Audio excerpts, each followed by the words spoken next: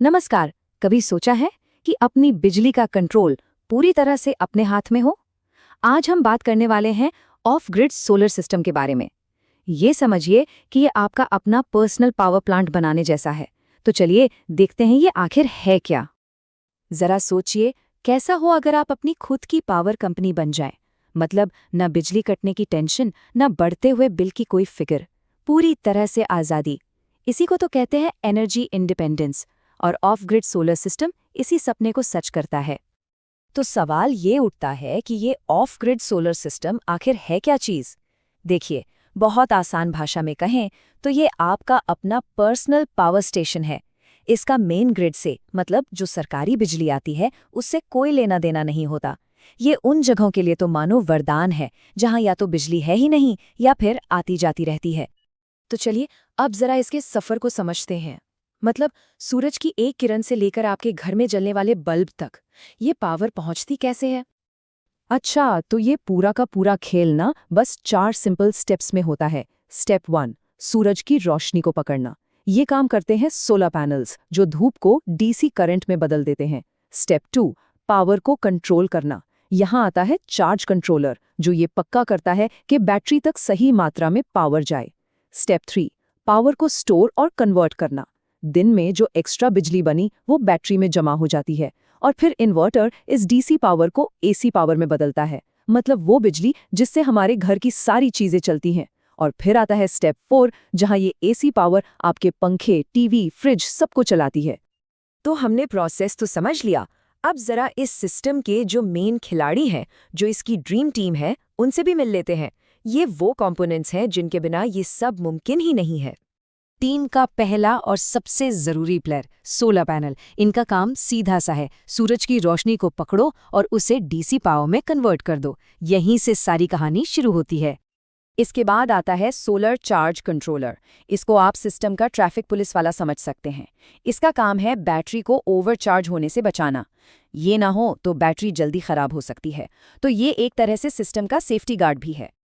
अब बात करते हैं सिस्टम के एनर्जी बैंक की, यानी सोलर बैटरी। यही तो असली जादू है। दिन में जो भी फालतू बिजली बनती है, ये उसे अपने अंदर स्टोर कर लेती है, ताकि जब सूरज ना हो, मतलब रात में या जब बादल छाए हों, तब भी घर में बिजली की कोई कमी ना हो। और टीम का आखिरी मेंबर है ऑफ ग्रिड इन्वर्टर। इसे आप एक ट्रांसलेटर कह सकते हैं। बैटरी में जो डीसी पावर स्टोर होती है, हमारे घर के अप्लायंसेस उसे सीधा इस्तेमाल नहीं कर सकते। तो इन्वर्टर का काम है उस डीसी पावर को एसी पावर में बदलना, ताकि हमारा सारे उपकरण आराम से चल सकें। ठीक है, तो अब सारे कंपोनेंट्स तो समझ आ गए, पर ये सब मिलकर दिन रात बिना रुके काम कैसे करते हैं? चलिए अब इसे देखते हैं। देखिए, सिस्टम बड़ा स्मार्ट है।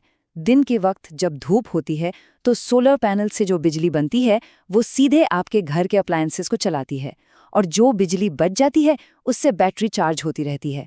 फिर जैसे ही रात होती है या सूरज छिप जाता है, सिस्टम ऑटोमेटिकली बैटरी मोड पर चला जाता है।